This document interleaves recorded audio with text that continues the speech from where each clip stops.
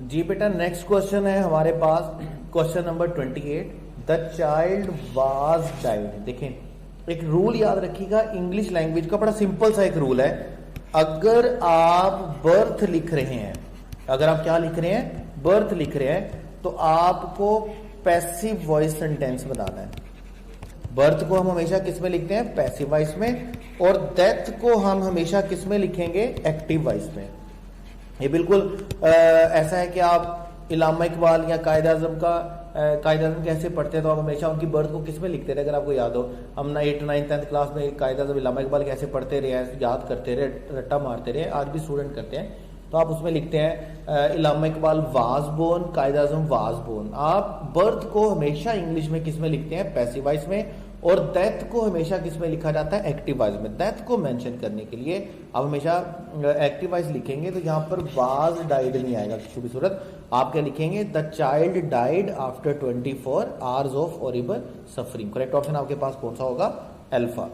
उसके बाद next question है हमारे पास 29।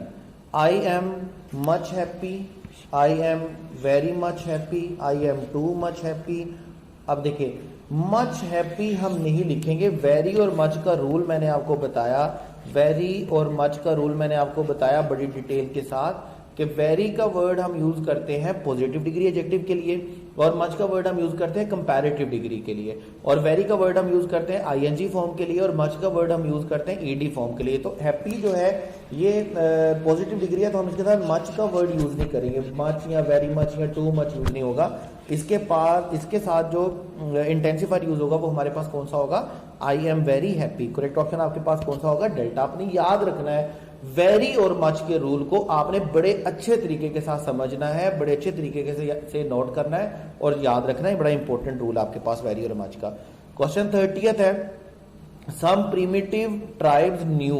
देखिए, नो नाउ एक ऐसा वर्ब है जो कि प्रोसीड करेगा हमेशा हाउ टू को। अगर आप नाउ का वर्ड किसके लिए यूज करेंगे, एबिलिटी बताने के लिए। अगर आपने किसी एक्शन की एबिलिटी बतानी है कि सब्जेक्ट ये काम करना जानता है, ये काम करना आता है उसको, तो आप नाउ का वर्ड अगर लिखेंगे तो आपको हाउ टू लिखना है उसके बाद। जैसे हम बोलते हैं he knew how to read, he knows how to read, he knows how to write. जब भी हम किसी एबिलिटी को बात करेंगे, जैसे अभी हमारे पास है सम प्रिमिटिव ट्राइब्स न्यू, तो न्यू के बाद हाउ टू लिखना है, तो अल्फा ऑप्शन हमारा गलत हुआ। सम प्रिमिटिव ट्राइब हमें सिंगुलर नहीं लिखना है, इसका मतलब हमारा डेल्टा ऑप्शन भी गलत हुआ।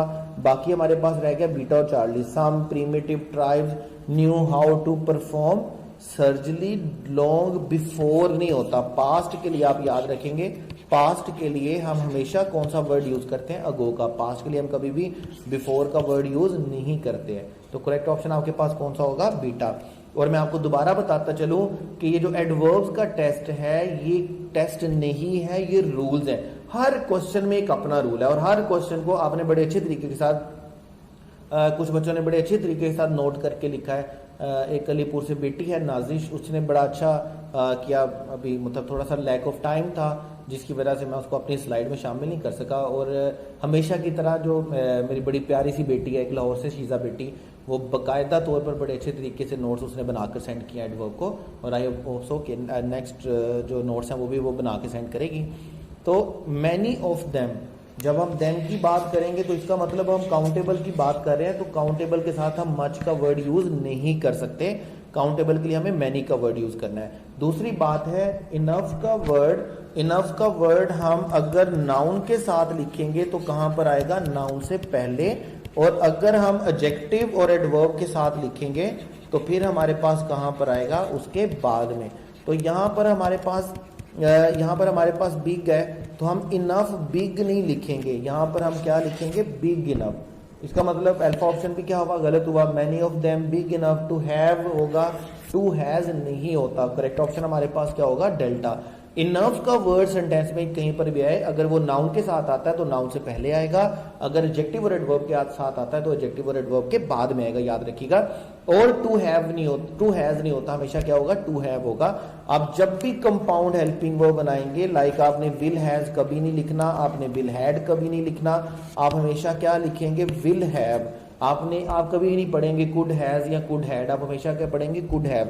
आप कभी नहीं पढ़ेंगे वुड हैज या वुड हैड, आप हमेशा क्या पढ़ेंगे वुड हैड। तो आपने याद रखना है आपके पास इनफ का वर्ड नाउन किससे पहले आएगा और एडजेक्टिव और एडवर्ब के बाद आएगा। उसके बाद क्वेश्चन है the autobiography of Imran Khan, ING form है तो हम टू नहीं लिखेंगे, मैनी नहीं लिखेंगे, मच नहीं लिखेंगे, बल्कि हमें क्या लिखना होगा वेरी। वेरी का वर्ड आईएनजी एडजेक्टिव के लिए और ईडी एडजेक्टिव के लिए मच हम यूज करते हैं, बार बार बोल रहा हूं। वेरी और मच का रूल आपने बिल्कुल भी नहीं भूलना, याद रखिएगा। नेक्स्ट क्वेश्चन है हमारे पास 33, they will be very grateful. अब देखिए ग्रेटफुल जो हमारे पास है पॉजिटिव एडजेक्टिव है, तो पॉजिटिव एडजेक्टिव को मॉडिफाई करने के लिए हम वेरी का वर्ड यूज करते हैं, मच का वर्ड यूज नहीं करते। और क्वाइट का वर्ड स्पेलिंग मिस्टेक है, क्वाइट हमारे पास कौन सा होना चाहिए, अगर हमने क्वाइट लिखना है तो क्वाइट। दूसरी बात, मोर का वर्ड हम इसलिए नहीं लिखेंगे क्योंकि मोर का वर्ड हम तब लिखते हैं जब हम किसी चीज को क्या कर रहे होते हैं, किसी चीज का कंपैरिजन कर रहे होते हैं। अब इस सेंटेंस में हम कंपैरिजन तो कर नहीं रहे हैं, तो हमें बीटा और मच की वजह से, अल्फा कंपैरिजन की वजह से और डेल्टा क्वाइट की वजह से गलत करनी है। करेक्ट ऑप्शन हमारे पास कौन सा होगा, चार्ली। उसके बाद क्वेश्चन 34 है हमारे पास, इट वाज अगेन वही बात है, it was a very interesting book, it was a very interesting book, it was a much नहीं होगा, इट वाज अ टू नहीं होगा, अल्फा बीटा यहीं पर गलत होते हैं। उसके बाद I liked it on the whole नहीं होगा, क्या होगा, I like it the whole. It the whole का मतलब होता है कंप्लीटली और ऑन द होल का मतलब होता है ओवरऑल, ठीक है। तो इसके लिए सेंटेंस के लिए हम क्या यूज करेंगे, द होल। उसके बाद 35 है, he was not attracted by man but he serve. देखें अगर आप वर्ड लिखेंगे नॉट ओनली, तो नॉट ओनली किसको फॉलो करेगा, किसको प्रोसीड करेगा, नॉट ओनली बट आल्सो। और अगर आप नॉट लिखेंगे तो नॉट को क्या करेगा, बट। और अगर आप नथिंग लिखेंगे तो नथिंग भी किसको करेगा, बट को। ये तीन एक्सप्रेशन आपने याद रखने हैं। नॉट ओनली के बाद हमें क्या लिखना होगा, बट आल्सो। अगर सिर्फ नॉट लिखा हुआ है तो हमें लिखना है बट। और तीसरी बात, अगर नथिंग लिखा हुआ है तो फिर भी हमें क्या लिखना है, बट। उसके बाद इनफ विलिंगली नहीं होगा, बल्कि क्या होगा, विलिंगली इनफ। जैसे अभी मैंने आपको बताया था कि एडजेक्टिव और एडवर्ब के साथ अगर इनफ का वर्ड आएगा तो इनफ का वर्ड एडजेक्टिव और एडवर्ब से कहां पर आएगा, उनसे पहले आएगा। करेक्ट ऑप्शन आपके पास कौन सा होगा बेटे, चार्ली। उसके बाद 36 क्वेश्चन है। 36 क्वेश्चन में हम जैसे ही पहला वर्ड पढ़ते हैं, इफ का मतलब हमें अपने कंडीशनल स्ट्रक्चर देखने हैं। 4 कंडीशनल स्ट्रक्चर आपको बताए हैं। कंडीशनल स्ट्रक्चर में इफ के साथ प्रेजेंट डेफिनेट होगा, प्रेजेंट डेफिनेट होगा, ये जीरो कंडीशन होती है। जीरो कंडीशन का मतलब क्या है कि हमें 100% रियलिटी पे बात कर रहे होते हैं, हम कंडीशन पे बात नहीं कर रहे होते, यूनिवर्सल टाइप चीज, यूनिवर्सल ट्रूथ टाइप जो चीजें होती हैं। उसके बाद इफ के साथ प्रेजेंट इंडेफिनिट आएगा, फ्यूचर इंडेफिनिट आएगा, इफ के साथ पास्ट इंडेफिनिट आएगा और वुड प्लस फर्स्ट फॉर्म आएगी, इफ के साथ पास्ट परफेक्ट आएगा और would have plus third form आएगी। ये 4 स्ट्रक्चर आपने पढ़े हैं। और अगर आप इन 4 स्ट्रक्चर में देखेंगे, इफ ही एवर रिसीव्ड, अब रिसीव आया तो आगे क्या आना चाहिए, two plus would plus first form, passive voice में लिखा हुआ है तो इसलिए बी के साथ थर्ड फॉर्म लिखी गई है। करेक्ट ऑप्शन आपके पास कौन सा होगा, बीटा। उसके बाद 37 में, however to return to his boyhood where he was 2 years old the family moved from डोल टू अब्रॉयज। जब भी आप सेंटेंस यूज करेंगे, आपने याद रखना 3 वर्ड आपके पास होते हैं, बल्कि 4-5 वर्ड आपके पास होते हैं। पहला वर्ड आपके पास होता है व्हेन, दूसरा वर्ड आपके पास होता है व्हाइल और तीसरा वर्ड आपके पास होता है ड्यूरिंग। याद रखिएगा, ड्यूरिंग का वर्ड हम हमेशा तब यूज करेंगे जब हम इसके बाद नाउन लिखेंगे। और नाउन किस फॉर्म में लिखेंगे, हम इवेंट फॉर्म में। मतलब अब देखें, चेयर भी एक नाउन है, टेबल भी एक नाउन है, फैन भी एक नाउन है, एलसीडी भी एक नाउन है, पेन भी एक नाउन है। लेकिन हम ऐसा नहीं लिखेंगे during chair, during table, during laptop. हमें क्या लिखना होगा, हमें ड्यूरिंग के बाद इवेंट फॉर्म लिखनी है। इवेंट फॉर्म का मतलब क्या होता है, मतलब हम बोलते हैं during festivity, during class, during lecture, during ceremony. जब भी आप ड्यूरिंग का वर्ड लिखेंगे उसके बाद आपको नाउन लिखना है, और नाउन किस फॉर्म में लिखना है, आपको इवेंट फॉर्म में। उसके बाद जब भी आप वाइल लिखेंगे तो वाइल के बाद पहली सिचुएशन तो यह है कि आपको क्या लिखना होगा, जेरेंट लिखना होगा। जैसे हम बोलते हैं while playing cricket, while driving a car, while running on the road. जब भी आप वाइल लिखेंगे, वाइल के साथ आपको जेरेंट फॉर्म लिखनी है।